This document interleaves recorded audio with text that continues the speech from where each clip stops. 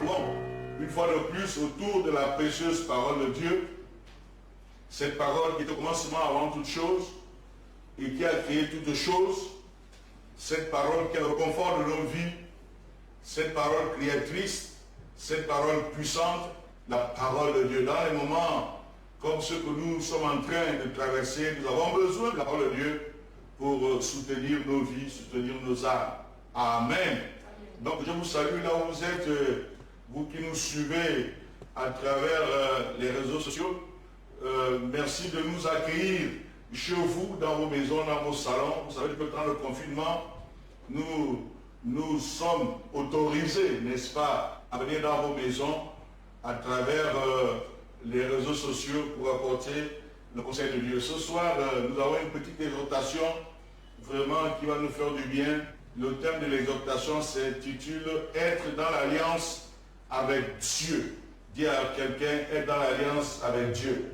Nous n'allons pas rentrer toutes les grandes définitions qui concernent l'alliance. Nous n'allons pas non plus voir exactement tous les types d'alliances, mais nous allons nous appesantir sur les avantages d'être dans l'alliance avec Dieu. Nous allons prendre l'exemple d'Abraham, n'est-ce pas, qui était dans l'alliance avec Dieu et les bénédictions, n'est-ce pas, qui en découlent. Une alliance, pour faire simple, c'est un accord, c'est une entente ou un contrat entre deux ou plusieurs parties. Dans la Bible, nous voyons qu'il y a beaucoup de types d'alliances, n'est-ce pas? Mais le terme alliance implique plutôt un engagement, n'est-ce pas, qui présente l'allure d'un traité. Dans les alliances bibliques, nous voyons que c'est Dieu souvent qui prend l'initiative. Il n'est pas question de négocier, n'est-ce pas, à ce type de termes d'alliance. C'est Dieu qui décide, c'est Dieu qui prend l'initiative, c'est Dieu qui fixe les conditions de l'alliance. Et le peuple de Dieu n'a qu'à accepter ou refuser l'ordre de Dieu. Dans l'alliance que Dieu fait avec Abraham et plus tard avec Israël, nous voyons que Dieu va prendre l'initiative dès le départ, lorsqu'il appelle Abraham dans Genèse 12. Genèse 12, verset 1er, nous allons voir l'appel d'Abraham. Genèse 12, verset 1er, l'Éternel dit à Abraham, va-t'en de ton pays, de ta patrie et de la maison de ton père, dans le pays que je te montrerai. Je ferai de toi une grande nation et je te bénirai. Je rendrai ton nom grand et tu seras une source de bénédiction. Je bénirai ceux qui te béniront et je maudirai ceux qui te maudiront et toutes les familles de la terre seront bénies en toi. Donc Dieu commence le processus dans la vie d'Abraham par l'appel. Dieu appelle Abraham à sortir, n'est-ce pas, du rancalier, à sortir de la maison de son pays, à sortir de sa famille, à sortir de la maison de son père pour aller vers le pays que Dieu allait lui montrer. Et Dieu lui dit, je ferai de toi une grande nation. Il allait bénir Abraham, il allait bénir son nom et il allait faire que toutes les familles de la terre soient bénies à Abraham. Mais rappelons-nous que lorsque Dieu appelle Abraham, Abraham est déjà marié à sa femme. Et ils ont un problème, c'est qu'ils n'ont pas d'enfant. Ils n'ont pas d'enfant. Parce que la femme d'Abraham était stérile. Et donc, Abraham va cheminer avec Dieu, mais Dieu, déjà dans l'appel, a promis faire d'Abraham une grande nation et qu'il allait bénir toutes les familles de la terre à travers Abraham. Quand nous lisons Genèse 15, Genèse 15, verset 1er, verset 7, nous allons beaucoup lire aujourd'hui. Parce que nous avons laissé la parole de Dieu elle-même expliquer, n'est-ce pas, les tenants et les aboutissants de l'alliance de Dieu avec Abraham. N'est-ce pas? Genèse 15, verset 1er à 16. Genèse 15, verset 1er à 16. Après cet événement, la parole de l'Éternel fut adressée à Abraham dans une vision. Il lui dit, Abraham, ne crains point, je suis ton bouclier et ta récompense sera grande. Abraham répondit, Seigneur l'Éternel, que me donneras-tu? Je m'en vais sans enfant. Soulignez bien je m'en vais sans enfant, et l'héritier de ma maison, c'est Eliezer de Damas. Et Abraham dit, voici, tu ne m'as pas donné de postérité, et celui qui est né dans ma maison sera mon héritier. Alors, la parole de l'Éternel lui fut adressée ainsi, ce n'est pas lui qui sera ton héritier, mais c'est celui qui sortira de tes entrailles qui sera ton héritier. Donc ici nous voyons que Dieu va renouveler à Abraham la promesse d'un fils. Il va renouveler à Abraham la promesse d'une postérité. Et après l'avoir conduit dehors, il dit regarde vers le ciel et compte les étoiles si tu peux les compter. Et il lui dit quelle sera ta postérité. Abraham eut confiance en l'Éternel et cela lui fut imputé à justice. Alléluia. Alléluia. Gloire à Dieu. Le verset 7. L'Éternel lui dit encore, je suis l'Éternel qui t'a fait sortir d'Ur en Chaldée pour te donner en possession ce pays. Abraham répondit, Seigneur l'Éternel, à quoi connaîtrais-je que je le posséderai? Voilà maintenant la deuxième chose. N'oublions pas que lorsque tu appelles Abraham, il lui dit, va vers le pays que je te montrerai, et il lui dit qu'Abraham aura une postérité. Nous venons de voir dans Genèse 15 que Dieu renouvelle la promesse, n'est-ce pas, du Fils. Il renouvelle la promesse de la postérité, et aussi, dans ce que nous venons de lire, Dieu est en train également de renouveler la promesse que Abraham ou sa descendance allait posséder le pays. Alléluia. Dieu est le Dieu fidèle dans sa parole. Ce que sa bouche dit, sa main l'accomplit. Et Dieu renouvelle. Dieu renouvelle. Dieu renouvelle. Donc, Dieu dit à Abraham, certainement, qu'il devait poser des questions à Dieu. Dieu dit à Abraham, nous l'avons lu, au verset 8, Abraham répondit, Seigneur l'Éternel, à quoi connaîtrais-je que je posséderai le pays, ce pays? L'Éternel lui dit, prends une genisse de 3 ans, une chèvre de 3 ans, un bélier de 3 ans, une tourterelle et une jeune colombe. Abraham prit tous ces animaux, les coupa par le milieu et les mit chaque morceau d'un vis-à-vis de l'autre. Mais il ne partagea point les oiseaux. Les oiseaux de quoi s'abattirent sur les cadavres et Abraham les chassa. Verset 12. Au coucher du soleil, un profond sommeil tomba sur Abraham. Et voici une frayeur et une grande obscurité vint l'assaillir. Et l'Éternel dit à Abraham, sache que tes descendants seront étrangers dans un pays qui ne sera point eux. Ils y seront asservis et on les opprimera pendant 400 ans. Mais je jugerai la nation à laquelle ils seront asservis et ils sortiront ensuite avec des grandes richesses. Toi, tu iras en paix vers tes pères et tu seras enterré après une heureuse vieillesse. À la 4e génération, ils reviendront ici, car l'iniquité des Amoréens n'est pas encore à son comble. Verset 17, quand le soleil fut couché, il y eut une obscurité profonde. Et voici, ce fut une fournaise fumante, et les flammes passèrent entre les animaux partagés. En ce jour-là, l'Éternel fit alliance avec Abraham et dit, je donne à ce pays à ta postérité, le pays de la promesse. Je le donne à ta postérité, depuis le fleuve de l'Égypte jusqu'au grand fleuve, au fleuve de l'Euphrate.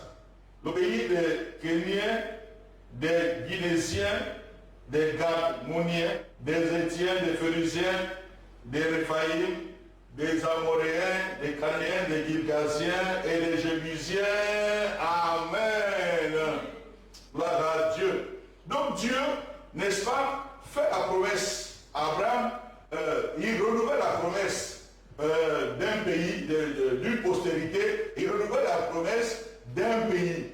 Et nous savons que pendant que Dieu fait la promesse, n'est-ce pas, du pays, mais ce pays est habité par des habitants, des peuples que nous avons cités tantôt. Et Abraham va être recueilli, comme la Bible l'a dit, après une heureuse vieillesse, il va être recueilli, et et le fils de la promesse, Isaac va réellement naître d'Abraham et de Sarah, sa femme. Alléluia. Isaac va naître et le plan de Dieu va être mis en marche. Lorsque Dieu a un plan, le plan ne va pas sans difficulté, le plan ne va pas s'accomplir sans crise, parce que nous savons aussi que le diable travaille pour que le plan de Dieu ne s'accomplisse pas. Le diable travaille pour que le plan de Dieu ne s'accomplisse pas. Et lorsqu'Isaac va naître, il va être circoncis. Nous le voyons dans Genèse 17. Isaac va être circoncis et l'alliance que Dieu avait déjà prononcée, n'est-ce pas, dans Genèse 15, va être entérinée par la circoncision. Par la circoncision à la naissance d'Isaac dans Genèse 17. Alléluia. Et Isaac aussi va grandir. Et puis Isaac aussi va être recueilli, il va mourir. Et Isaac, comme nous le savons bien, va mettre au monde deux enfants, Esaïe et Jacob. Alléluia. Alléluia. Et le plan de Dieu était en marche. Le plan de Dieu était en marche avec Jacob. Abraham, Isaac, Jacob. Et nous savons que Jacob va finir par devenir Israël. Et ce Jacob va avoir 12 enfants. Le plan de Dieu en marche. Le plan de Dieu en marche. Un de ses enfants, Joseph, le 11e enfant que Jacob va avoir, un enfant que Jacob va aimer. Et l'amour que son père lui portait et les révélations qu'il recevait du Seigneur ont suscité, n'est-ce pas, un de ses frères qui vont le mettre dans un puits. Et Joseph va être vendu aux Amalécites qui vont l'amener, n'est-ce pas, en Égypte, qui sera esclave de Potiphar, un officier de Pharaon. Et arrivé dans la maison de Potiphar, la maison de Potiphar va prospérer parce que Potiphar va reconnaître que la main de l'Éternel était sur Joseph. Mais la femme de Potiphar va commencer à aimer Joseph, mais cet enfant avait une bonne éthique, il va se garder pur. Et à cause d'un plan qui avait été conçu contre lui par la femme de Potiphar, Joseph, fils aimé de son père, jeté dans le taillis de ses frères, jeté dans le puits, vendu au Mali, devenu esclave de Potiphar en Égypte, va se retrouver prisonnier dans la prison même de Pharaon. Il se trouve qu'en prison, deux des principaux serviteurs de Pharaon seront dans la même prison que lui, et Joseph, le don que Dieu lui avait donné, n'est-ce pas, d'expliquer les songes, va se manifester, et à travers ce don, la providence de Dieu va se manifester. Au temps marqué, Joseph va sortir de la prison directement pour devenir premier ministre de l'Égypte. Alléluia. À l'époque, l'Égypte était la plus grande nation du monde, le plus grand royaume du monde. Et Joseph va devenir le numéro 2 de ce pays, en Égypte. Et à travers Joseph, Israël, Jacob devenu Israël, va rentrer en Égypte. Donc, lorsque nous lisons Genèse 39, à partir du premier verset, la Bible dit qu'on fit descendre Joseph en Égypte. Et Potiphar, officier, n'est-ce pas, de Pharaon, va l'acheter aux Ismaélites. Maintenant, Genèse 47 nous parle de Jacob qui va vivre en Égypte, parce que Jacob va prendre toute sa famille et ils vont se retrouver en Égypte avec à peu près 70 personnes. Ils vont aller en Égypte. Et la Bible dit que Jacob va vivre en Égypte pendant 17 ans. 17 ans. Et les jours des années de la vie de Jacob vont s'accomplir et Jacob va mourir. Pourquoi vous parlez de tout ça? C'est vous parlez de la fidélité de Dieu lorsque son plan est déjà mis en marche dans la vie de quelqu'un. Est-ce que tu sais que le plan de Dieu est déjà mis en marche dans ta vie? Alléluia. Alléluia. Le plan de Dieu est déjà mis en marche dans ta vie. Peu importe les situations, peu importe les circonstances, c'est le plan de Dieu qui va s'accomplir dans ta vie. Abraham aurait pu mourir. Isaac aurait pu mourir. Jacob, Israël aurait pu mourir. Joseph aurait pu mourir. Il y a beaucoup de raisons qui nous font penser que Joseph aurait pu mourir. Il aurait pu mourir, n'est-ce pas, de la main de ses frères. Il aurait pu mourir le puits. Il aurait pu mourir entre les mains des Ismaélites. Il aurait même pu mourir chez Potiphar. Parce que la femme de Potiphar l'a accusé d'agression sexuelle. Potiphar avait droit de vivre de mort sur ses esclaves. Il aurait pu le tuer. Mais Dieu avait dit la pensée de Potiphar pour que Potiphar le jette en prison. Et en prison, il aurait pu mourir. Dieu avait tout programmé. Dans les difficultés que tu traverses, la main de Dieu, même quoi qu'invisible, la main de Dieu est présente. Souvent nous oublions les difficultés, mais que Dieu nous aide à regarder, n'est-ce pas, la main de Dieu qui se manifeste de façon souveraine pour nous garder, pour nous préserver. Quelqu'un a chanté en disant Dieu écrit droit avec des lignes courtes. Parfois nous ne comprenons pas la marche de Dieu. Mais que Dieu nous aide à comprendre comment il a habilement guidé les événements. Aucun événement qui arrive sur cette terre n'est étranger à notre Dieu. Alléluia. La crise dans laquelle le monde traverse, la crise qui nous surprend, ne surprend pas Dieu. Dieu n'est surpris par aucune chose parce qu'il est le Tout-Puissant. Alléluia. Alléluia. Alléluia. Il est celui qui connaît la fin d'une chose avant son commencement. Il connaît la fin du monde avant son commencement. Lorsque nous lisons Genèse, n'oublions pas qu'il y a l'Apocalypse. Notre Seigneur Jésus-Christ est l'alpha et l'oméga, le commencement et la fin. Avant même de créer le monde, il avait déjà anticipé sur la fin du monde. Aucun des cheveux sur sa tête n'est inconnu de lui. Alléluia. Alléluia. Et Joseph va donc se retrouver en Égypte. Et Joseph va dire à ses frères, vous avez pensé me faire du mal, mais Dieu l'a transformé en bien. Lorsque Joseph traversait ces moments difficiles, lorsque Jacob traversait les moments difficiles, lorsqu'Isaac traversait les moments difficiles, et même Abraham, lorsqu'il se posait des questions sur sa postérité, Dieu savait. Dis à ton voisin, Dieu savait. Dans le moment que tu traverses, Dieu sait. Il a déjà la solution. La solution auprès de Dieu. Et donc, nous voyons que d'Abraham et de Sarah, Isaac va naître. Après, nous voyons déjà qu'une bonne génération de personnes naîtra. Mais voilà qu'ils sont esclaves en Égypte. Or, Dieu avait dit, des nations sortiraient de toi. Mais ils sont esclaves en Égypte.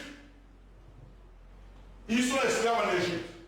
Et, ils sont même pas, ils vont aller en Égypte et ils vont finir par devenir esclaves. Est-ce que vous comprenez? Oh, gloire à Dieu. Dans l'Exode chapitre 1er, verset 6, la Bible dit, Joseph mourut ainsi que tous ses frères et toute cette génération.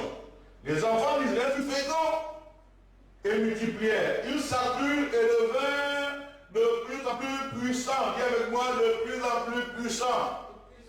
Ton Dieu ordonne que tu sois puissant. Ton Dieu ordonne que tu sois puissant. Et le pays en fut rempli. Verset 8. Il s'éleva sur l'Égypte un nouveau roi qui n'avait point connu Joseph. Il dit à son peuple, voilà, les enfants d'Israël qui forment un peu plus nombreux et plus puissants que nous.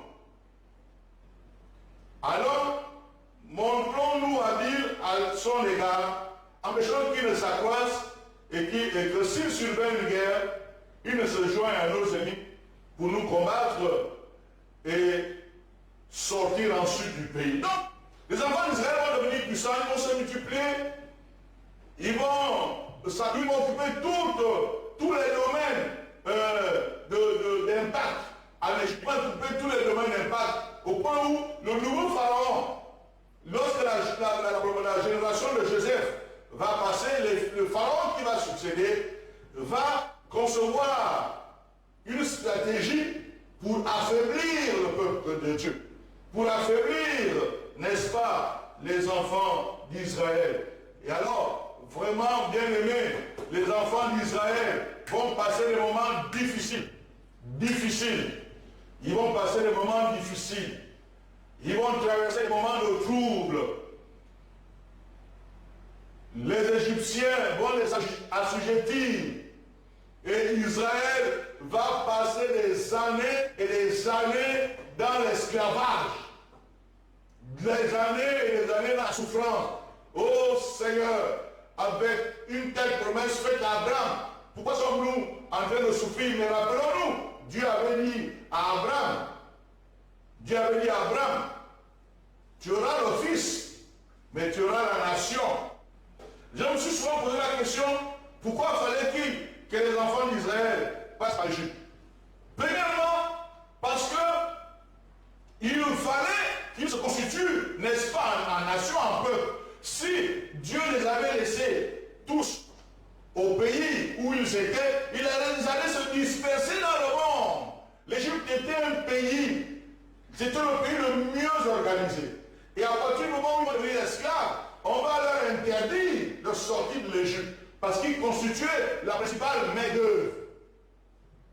Et le fait d'être en Égypte, le fait d'être empêché de sortir de l'Égypte va permettre aux enfants d'Israël de se multiplier. Là, c'est la première chose. La deuxième chose, c'est que dans les temps difficiles, les gens ont tendance à se resserrer et à créer une forme d'unité.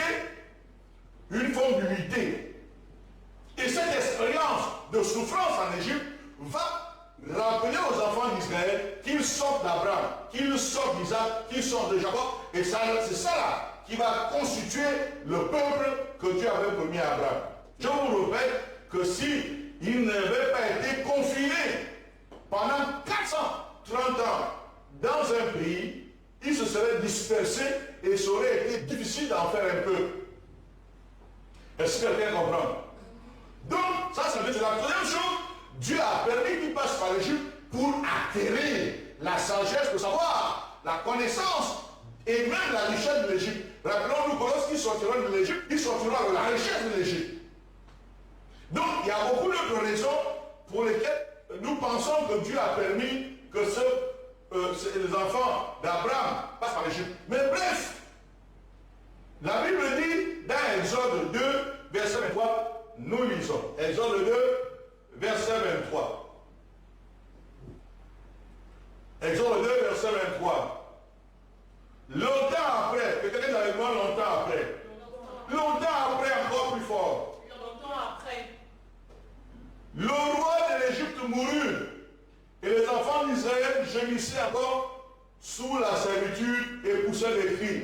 Ces cris de leur arracher la servitude montèrent jusqu'à Dieu. Dieu entendit leur jugement et se souvient de son alliance avec Abraham, Isaac et Jacob. Et Dieu regarda les enfants d'Israël et il en eut compassion. J'entends ton main là où tu es. Longtemps après, les années peuvent passer, les temps peuvent passer. Ce que sa bouche a dit va s'accomplir. Frères et sœurs, tu as prié depuis longtemps, mais tu as pensé que le ciel était silencieux. Tu as pensé que Dieu n'écoutait pas. Mais il y a un temps où Dieu te laisse prier. Il y a un temps où Dieu te laisse pleurer. Il y a un temps où Dieu étend sa main pour agir. Il y a un temps pour toutes choses, dit Ecclésiaste, sous le soleil. Il y a un temps pour prier, il y a un temps pour pleurer, il y a un temps pour la souffrance. Et il y a aussi un temps pour l'exaucement, il y a un temps pour la joie, il y a un temps pour la paix, il y a un temps pour le bonheur. Souvent, au moment de la souffrance, on oublie que Dieu exauce les prières. On oublie que Dieu est le Dieu d'amour, le Dieu qui est le Dieu de compassion. Longtemps après, je suis en train de dire à quelqu'un, ne compte pas les jours. Ne compte pas les jours. Dans la souffrance, souvent les jours, les nuits, les journées deviennent longues. Et on a l'impression que le temps de la souffrance est plus long que le temps de joie. Nous sommes en train de traverser des moments de souffrance. Israël a connu une souffrance pendant plusieurs années. Mais il y a un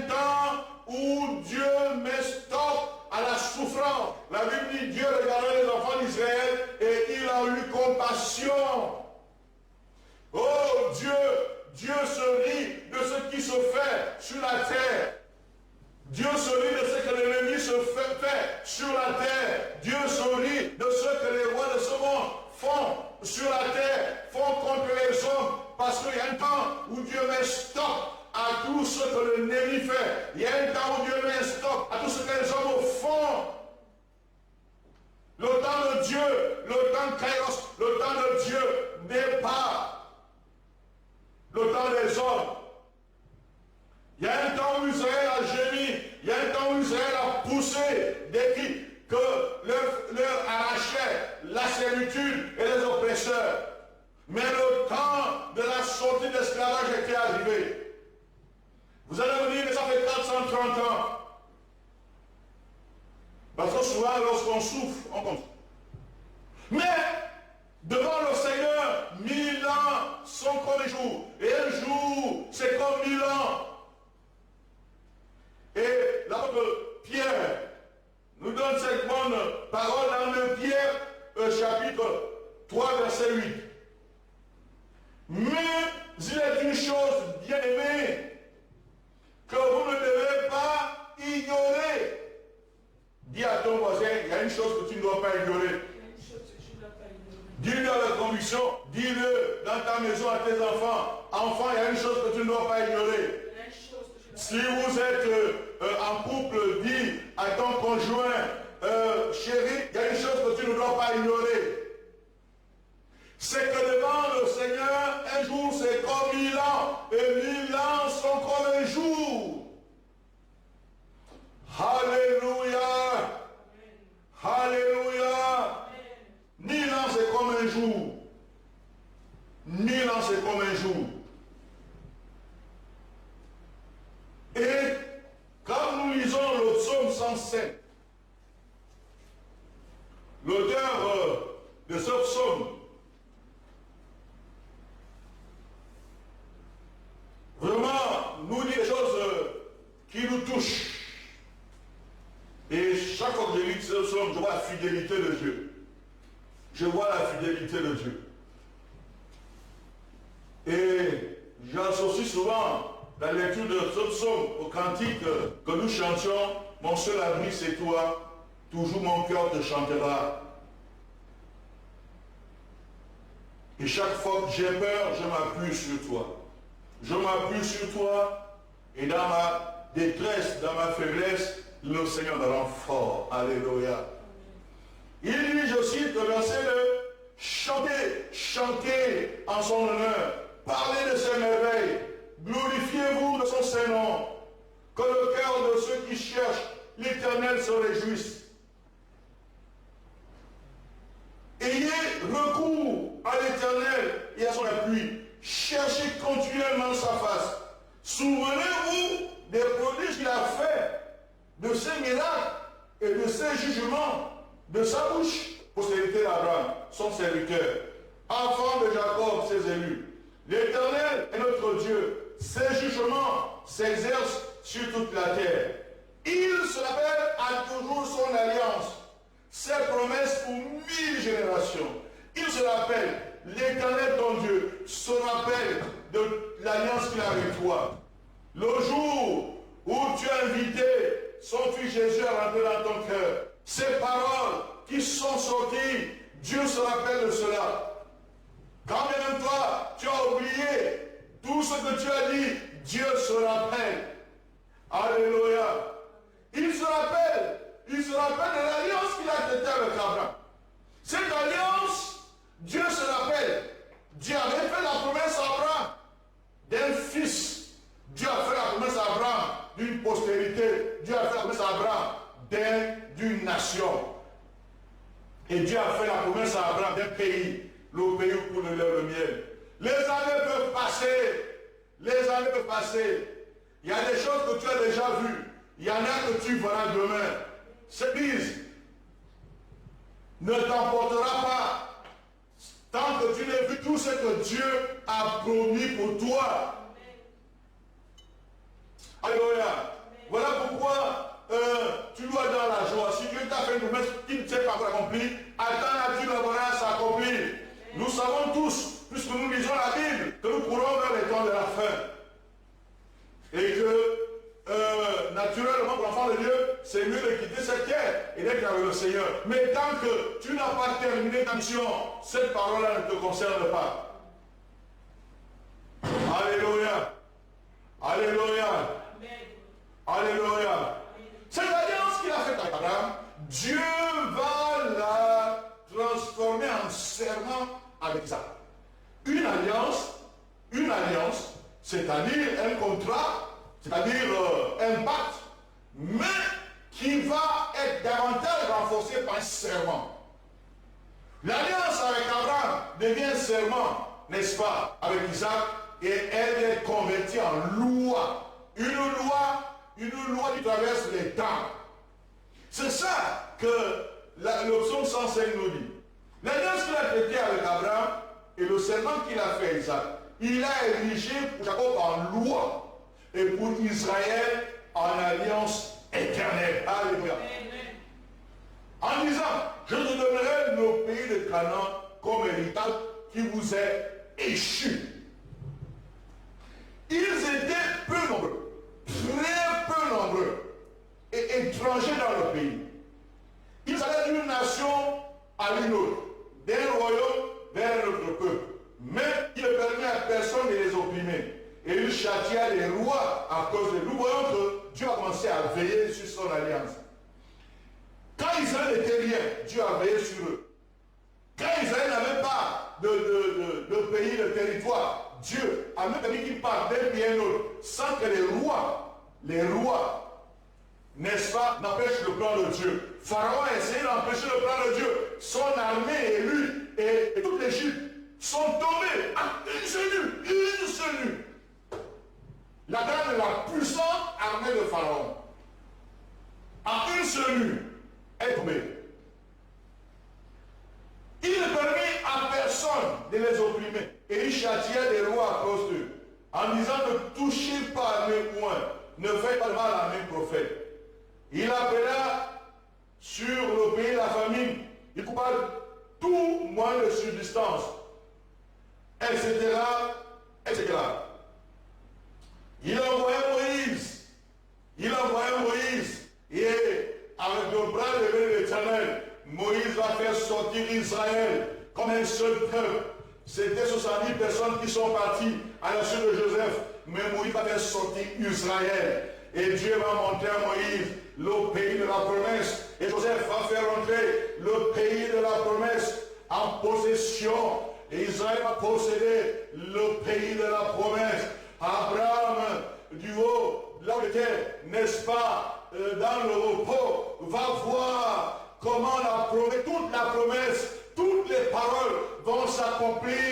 Abraham va voir. Mais quand Abraham était prophète, il avait déjà vu sur la terre. Alléluia. Alléluia. Frères et sœurs, Dieu a fait des choses qu'on qualifierait d'impossibles avec ce peuple. Des choses qu'on qualifierait d'impossibles.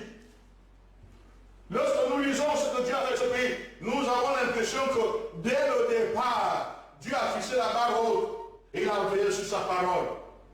Pour que même les personnes intérieures se disent, Dieu va-t-il tenir sa parole? Dieu va-t-il tenir son alliance? Comment va-t-il faire pour sortir Israël de l'Égypte? Comment va-t-il faire pour les faire rentrer en possession de Canaan? Comment va-t-il faire pour faire sortir d'une femme stérile un enfant?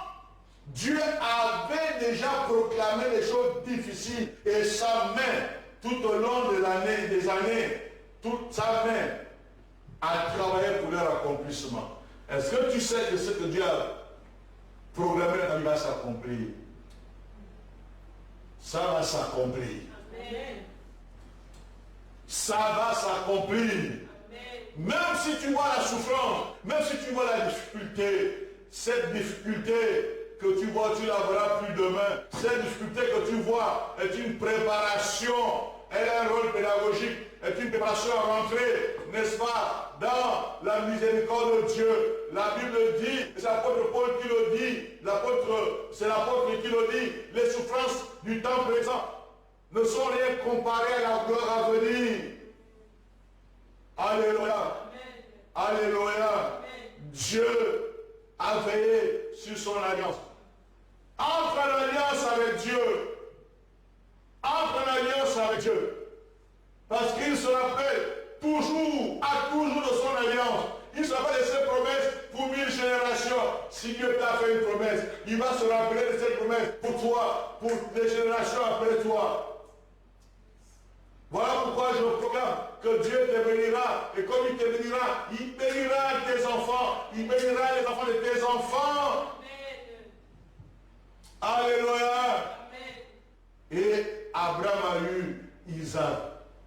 Ce n'était pas facile, mais il a eu Isaac parce que Dieu avait promis. Et Abraham a vu sa descendance rentrer dans le pays de la promesse et s'installer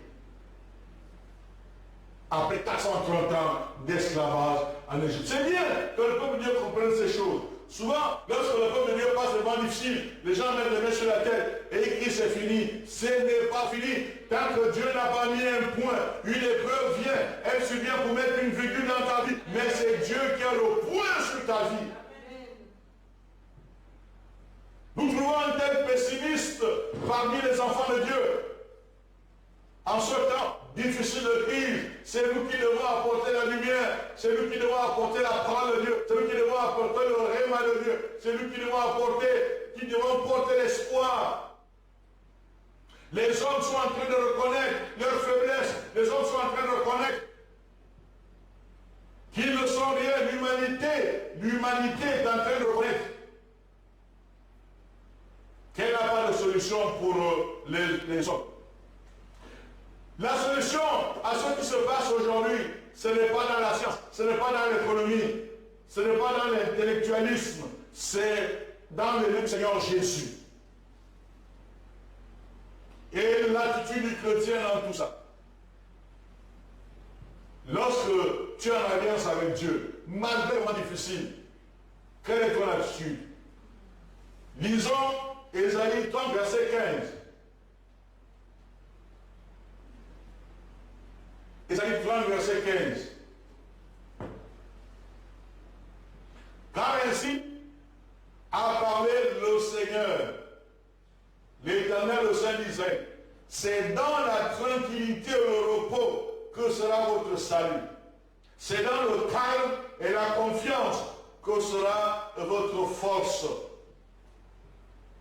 Et le psalmiste disait, dans le psaume 131, verset 2, loin de là, j'ai l'âme calme et tranquille, comme un enfant serré qui est auprès de sa mère. J'ai l'âme comme un enfant serré. Quelle est ton attitude dans ces temps difficiles où la mort frappe, où la maladie prend de l'ampleur? Sois calme, sois en paix. Dis à ton voisin, sois calme, sois en paix. Sois calme, sois en paix. Aie confiance en Dieu. Aie confiance en Dieu. Sois calme, sois en paix et aie confiance en Dieu. C'est dans la tranquillité, c'est dans le calme que sera notre salut. C'est dans la confiance que sera notre force. David disait, l'Éternel est ma force, le sujet de ma louange. David, sa force, ce n'était pas lui-même, ce n'était pas la force de sa fronde, de son armée, c'était l'Éternel qui était sa force. Aujourd'hui, le monde entier doit revenir à l'Éternel, reconnaître que nous sommes petits. L'humanité doit reconnaître sa petitesse, que notre intelligence, voilà où elle nous a conduits. Voilà où notre Seigneur nous a conduits. Mais nous devons revenir à l'Éternel, reconnaître nos manquements, reconnaître nos limites. C'est l'appel que je lance au monde entier. C'est l'appel que je lance au monde. Nous devons nous revêtir des entrailles d'humilité et reconnaître qu'au-dessus de nous, il y a Dieu. Il y a le Dieu Tout-Puissant. Malgré tout ce que les hommes font sur la terre, la Bible se rit de ce qui est fait sur la terre. Reviens au Seigneur, toi, monsieur qui me suis. Reviens, madame, au Seigneur. Les choses sur lesquelles tu comptais sont en train de s'écrouler devant toi. Le monde que tu aimais est en train de s'écrouler.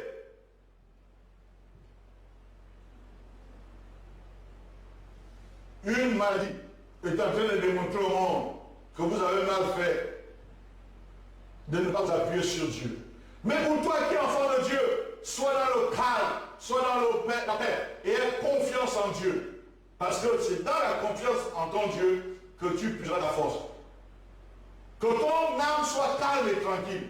Sois comme un enfant rêvé entre les bras de sa mère. Alléluia. Alléluia. Et chante. Parce qu'il dit je n'ai rien à craindre. Mais lendemain sont assurés. Dieu garde ses enfants. Dieu garde son peuple. Il a fait l'alliance avec Abraham. Il a fait l'alliance avec Abraham. Il a gardé son peuple. Dieu va te garder. Quelle autre attitude nous devons avoir? C'est la prière. Philippiens, chapitre 4, verset 6 à 7, la pour le dit, ne vous inquiétez de rien, mais en toute chose, faites connaître vos besoins à Dieu par des prières et des supplications avec des actions de grâce. Et la paix de Dieu, qui surpasse toute intelligence, gardera vos cœurs et vos pensées en Jésus. La prière. Nous devons monter dans la prière. Nous devons monter le niveau de prière. Nous devons monter les standards de prière. Nous devons prier plus que par le passé. Nous devons prier plus que par le passé. Non pas prier parce que nous ne prions pas, mais nous prions jusqu'à ce que nous voyons le salut. Le salut. Le salut par rapport au corona, mais le salut également de nos pays, le salut de nos nations, pour qu'après cette crise, plus jamais les choses soient les mêmes. Plus jamais nos églises ne soient les mêmes. Plus jamais nous-mêmes ne soyons les mêmes. Nous voulons un réveil profond dans nos vies, dans nos familles, dans nos pays, dans nos continents. Un réveil qui va bouleverser la mentalité des hommes, les considérations que les hommes ont pour les autres. Un réveil qui va briser l'orgueil des hommes qui ont un pouvoir, qui ont une petite puissance et qui se rient des autres. Nous voulons un réveil. Voilà pourquoi nous devons prier. Alléluia. Alléluia. Alléluia. Je termine. Je termine. Oh, merci Seigneur. Merci Seigneur. C'est dans le calme et la tranquillité. Merci Seigneur. Merci Seigneur. Je termine en disant, chantez. Chantez en son honneur. Chantez, vous peuple, les hauts faits de Dieu. Chantez, glorifiez Dieu.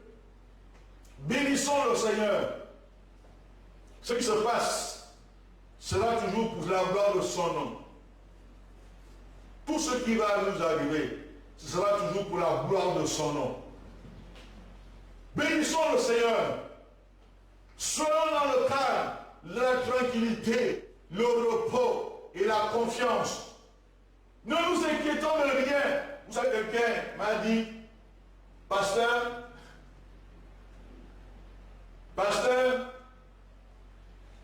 à force même de suivre les informations sur le corona, j'ai l'impression que je l'ai. Aujourd'hui, il y en a qui sont même malades dans leur maison. Pas du corona, mais de la peur du corona. Au point où la personne est dans sa maison seule.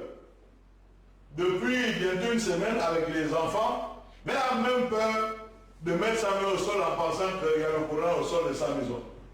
Mais qui l'a amené au sol de ta maison? Vous voyez jusqu'où la peur habite les gens. Des gens vivent dans une même maison. Ils sont confinés depuis bien longtemps. Ils ont même peur de se saluer. Ils se disent peut-être qu'il a le corona dans la main. Que le cœur soit en paix, les amis. Adorons le Seigneur et prions. Prions, bien-aimés, que Dieu mette la paix dans les couples, mette la paix dans les foyers, mette la paix dans les familles, mette la paix. Ne vis pas avec la crainte d'avoir contacté le corona. Et ne te fabrique pas une maladie que tu n'as pas. Ne te fabrique pas une maladie que tu n'as pas. Lorsque quelqu'un a le corona, il y a des signes. Il y a des signes manifestes. Mais tu sens déjà la gorge qui te gratte. Et depuis 2 semaines, ça te gratte. Les 14 jours d'incubation sont passés, tu n'as pas ça. Pourquoi tu penses que tu as ça? Beaucoup d'enfants de Dieu sont en train d'être vaincus, même dans leur esprit. Mais que votre cœur soit en paix. Ne vous inquiétez de rien. Alléluia. Alléluia. Alléluia. J'ai l'habitude de dire que parfois tu ne guériras pas toutes les maladies. Mais être malade avec Dieu n'est pas pareil qu'être malade sans Dieu. Parce que celui qui est sans Dieu, il est malade. Quel manque d'espérance. L'espérance. Or, toi, tu as l'espérance. Tu as l'espérance que Dieu peut te guérir. Et tu as cette connaissance. Et tu as même l'espérance que si Dieu a décidé de te prendre, tu vas aller au paradis. Tu vas aller au lieu de repos. Alléluia. Donc, prions, bien-aimés. Prions pour que ce maladie soit éradiquée. Prions au nom de Jésus pendant quelques instants. Élevons les voix là où nous sommes. Élevons les mains, élevons les voix. Notre Dieu, notre Père, par l'autorité que tu nous as donnée, nous chassons cette maladie. Au nom de Jésus. Nous la chassons. Parce que nous prenons l'autorité dans les maîtrises de Christ. Nous la prenons dans le nom de Christ. Tu as dit, en mon nom, vous chasserez les démons. Nous chassons cette maladie avec la force que nous avons pour chasser les démons, la foi que nous avons au nom de Jésus pour chasser les démons, au nom de Jésus Corona, nous te chassons de notre humanité, nous te chassons de notre humanité au nom de Jésus. Et nous brisons cette couronne de mort, nous brisons cette couronne de malheur, de souffrance, au nom de Jésus, au nom de Jésus, au nom de Jésus. Tu quittes ce monde maintenant, tu quittes ce monde maintenant, tu débarrasses les pays, les nations, les continents, au nom de Jésus. Tu quittes les pays, au nom de Jésus. Nous te renvoyons dans les lieux arides, nous te renvoyons dans les lieux arides, au nom de Jésus. Merci Seigneur pour l'exaucement. Nous allons prier pour la guérison des malades. Vous qui êtes déjà, qui avez été infectés, nous allons prier pour vous. Là où vous êtes, croyez en Dieu. Placez votre confiance, n'est-ce pas, dans la mort, dans la résurrection de Christ. Et nous allons aussi prier pour toutes les personnes qui sont malades, quelle que soit la maladie. Vous avez un cancer, un diabète, une hypertension, une hypotension. Vous avez une insuffisance rénale, quelle que soit la maladie là où vous êtes, levez les mains et placez votre confiance en Dieu. Prions. Je prie au nom de Jésus pour chasser toute maladie des corps. Toute maladie, je te renvoie les arrives au nom de Jésus. Il est dit, Dieu a envoyé sa parole et la parole est guérie. Oh Dieu, maintenant, que la parole touche ses corps, que la puissance de Dieu les touche au nom de Jésus et que la maladie, quelle que soit la maladie, qu'elle quitte le corps maintenant, au nom de Jésus, que les malades soient guéris. Recevez la guérison, recevez la guérison, recevez la guérison là où vous êtes, au nom de Jésus. Amen. Acclamons le Seigneur. Nous allons prier pour que Dieu assure la protection. Dieu protège le personnel qui est au front.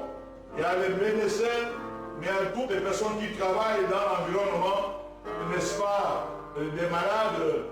Prions pour ces personnes-là, toutes les personnes qui sont au front en ce moment. Prions. Seigneur, tu as levé la protection. Nous voulons compter sur ta protection.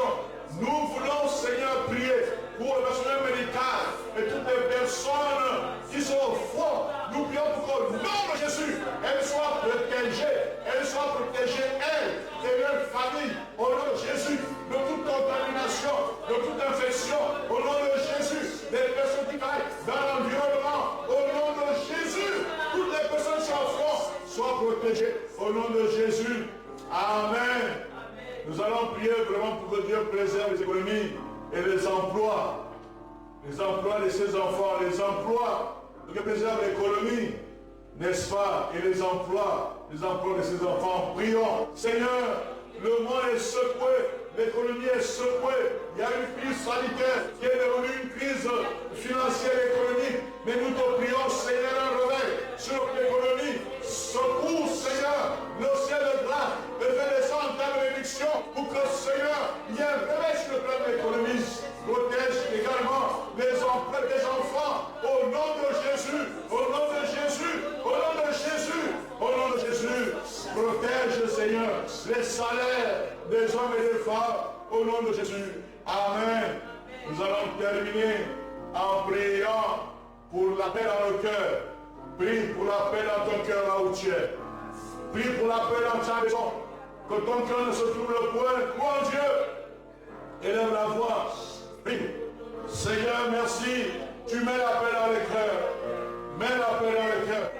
Que ta parole soit ce soir comme un mot qui met la paix dans les cœurs au nom de Jésus. Au nom de Jésus. Mets la paix, la paix, la paix, la paix, la paix dans les cœurs. La paix dans les cœurs. Mets la paix dans les cœurs. Au nom de Jésus. Au nom de Jésus. Alléluia. Gloire à toi. Gloire à toi. Gloire à toi. Mets la paix dans les cœurs. Mets la paix dans les cœurs. Nous prions pour qu'il y ait vraiment un réveil dans le monde entier. Que les âmes soient sauvées. Que les âmes aient la connaissance de la vérité. Que toutes les personnes, n'est-ce pas, qui soient matures, qui ont peur, viennent à Christ, qui dit venez à moi, vous tous qui êtes chargés et fatigués, je vous donne le repos. Dans Matthieu 11, verset 28, que les âmes viennent rechercher le repos, que les âmes viennent au salut, que les âmes viennent, c'est les condamnés, tous nos parents, tous nos gens dans le monde entier, qui ont plus de conversion pendant ces temps de confinement, qu'il y en a eu, même pendant les temps où il n'y avait pas de confinement, et quand ça même touche les parents, touche le Seigneur, tous les hommes dans le monde, que l'évangile s'ouvre dans les pays où il était fort fermé. Alléluia, gloire à toi. Merci Seigneur. Merci Seigneur. Bénissons le Seigneur. Rendons grâce au Seigneur pour ces moments. Rendons grâce au Seigneur pour ces moments. Alléluia. Gloire à toi. Quand je regarde les montagnes, je regarde les vallées, je regarde les mers, oh Seigneur, tu es Dieu. Quand je regarde les montagnes, je regarde les vallées, je regarde les mers, oh Seigneur, tu es Dieu, tu es Dieu, tu es Dieu, tu es Dieu, tu es Dieu fidèle, le Dieu qui se rappelle de son alliance, le Dieu qui se rappelle de ses promesses. Longtemps après, tu te rappelles. Longtemps après, tu te rappelles. Tu es le Dieu qui n'oublie pas. Tu nous as fait des promesses. Nous savons que tu les as pas oubliées. Et qu'elles vont s'accomplir en ton temps. Qu'elles vont s'accomplir en ton temps. Dieu, tu es Dieu. Tu es Dieu. Tu es Dieu. Tu es Dieu. Tu es Dieu. Par ton âme, comme David parlait à son âme. David disait à son âme, mon âme est confiance en Dieu. Mon âme ne t'attend pas au-dedans de moi. Mon âme ne te trouble pas au-dedans de moi. Parle à ton âme. Laisse la parole de Dieu parler à ton âme. Parle à mon âme, ta plus haute. Même dans le tombeau. Jésus est Seigneur, même dans le tombeau. Jésus, même dans le tombeau, même dans le tombeau. Jésus est Seigneur dans le tombeau, même dans le tombeau, même dans le tombeau il est Seigneur. Alléluia. À combien il faut répondre dans ta situation? Même dans la souffrance, il est Seigneur. Même dans la maladie, il est Seigneur. Il est Seigneur. Si avec Abraham, il a veillé sur sa parole et son alliance, à combien plus faut raison avec toi? Parce qu'avec toi, il a une alliance plus excellente en Jésus-Christ. Une alliance plus grande en Jésus-Christ. Une alliance plus meilleure. Excusez-moi de l'expression, en Jésus-Christ. Alléluia. Alléluia. Alléluia. Une alliance plus excellente. Avec toi, une alliance plus excellente.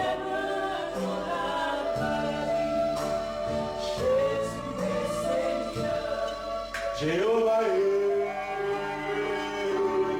Jéhovah. Oh,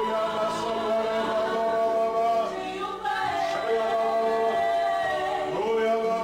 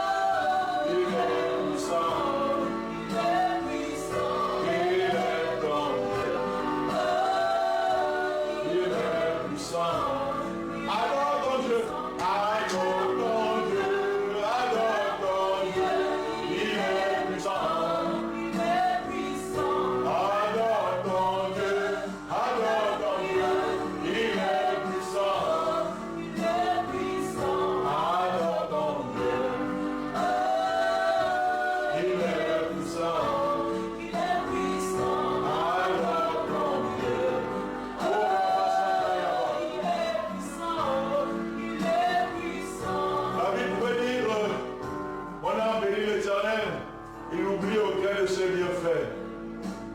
Alléluia. C'est lui qui me délivre du filet de l'oiseleur. C'est lui. C'est lui qui me délivre du filet de l'oiseleur. Alléluia. Mon âme bénit l'Éternel. Mon âme bénit l'Éternel. Mon âme bénit l'Éternel. Et l'Éternel fait concourir toutes choses pour mon bien. Il fait tout pour que la bonté et la grâce m'accompagnent. Je ne suis pas seul. Je ne suis plus orphelin. Je ne suis pas orphelin. La bonté à ma droite. La bonté et la grâce à ma gauche. Oh Seigneur, comme je suis entouré, je ne suis pas orphelin. Jésus a dit, il est préférable que je m'en aille. Parce que si je ne veux pas, laisse que Dieu ne viendrait pas. Le Parakletos. Nous ne sommes pas seuls. Nous ne sommes pas seuls. Le Saint-Esprit est avec nous. Le Parakletos est avec nous. Alléluia. Alléluia. Chantons pour terminer. Mon âme bénit l'Éternel. Mon âme bénit l'Éternel. Mon âme bénit, mon âme l'Éternel. Mon âme bénit, mon âme bénit, mon âme l'Éternel. Oui, le bonheur et la grâce.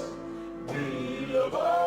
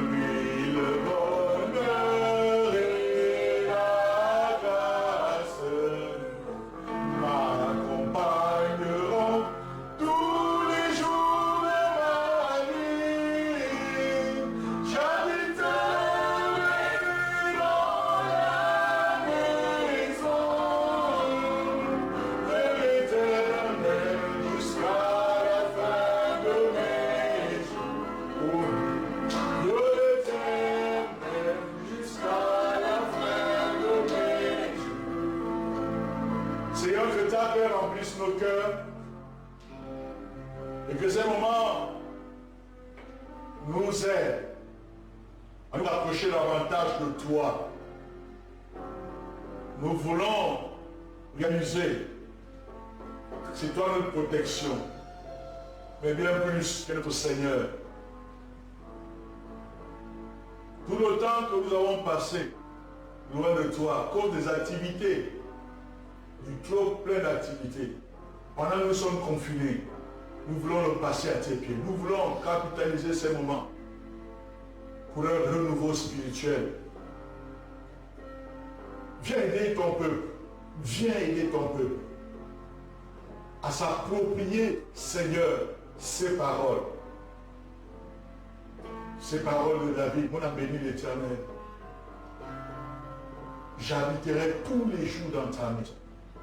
Nous voulons nous tenir dans ta présence, nous tenir à tes pieds, comme Marie était à tes pieds. Que cela soit le vœu, la prière de tout un chacun maintenant. Oh Dieu, remplis ton peuple, remplis ton peuple.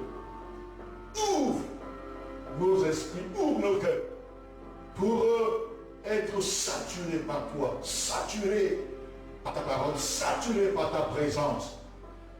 Nous ne voulons pas sortir de ce temps de confinement vide, mais plein de toi. chaque année de tomber amoureux. Nous voulons être comme ces vierges, sages, amoureuses, au point de ne pas perdre, de ne pas se laisser distraire par l'instant, de ne pas se laisser distraire pour sortir dans la présence de Dieu. Viens nous aider. Merci de bénir sa parole. Merci de bénir ton peuple. Merci de bénir cette nuit. Nous voulons nous recommander à ta grâce. Que l'honneur, la gloire, la louange et les acclamations, oh, les acclamations, te soient rendues à jamais. Au nom de Jésus. Amen. Alléluia. Alléluia. Merci Seigneur.